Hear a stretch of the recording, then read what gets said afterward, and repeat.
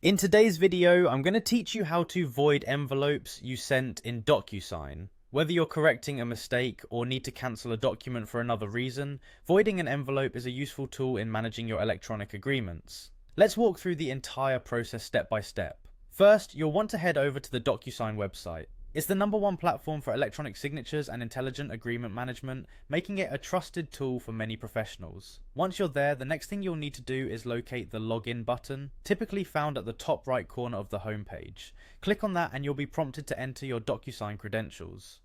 After logging in, you'll find yourself on the Docusign home interface. This is your central hub for managing envelopes, agreements, and much more. From here, look for the menu option labeled Agreements. Clicking on Agreements will direct you to a list of all the documents you've sent out for signing.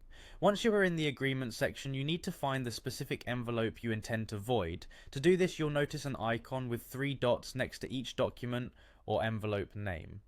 This icon indicates more options are available. Click on these 3 dots for the envelope you want to void.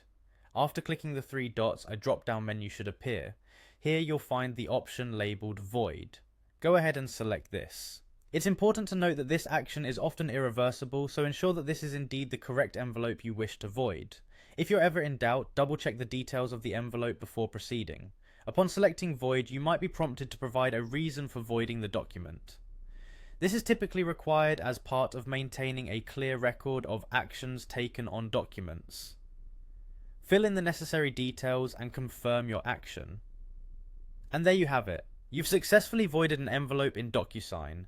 This process of voiding is crucial for maintaining accurate and up-to-date agreements and helps prevent any unintended commitments on invalid documents. Always remember, managing your digital documents efficiently not only ensures legal compliance but also enhances your professional reputation.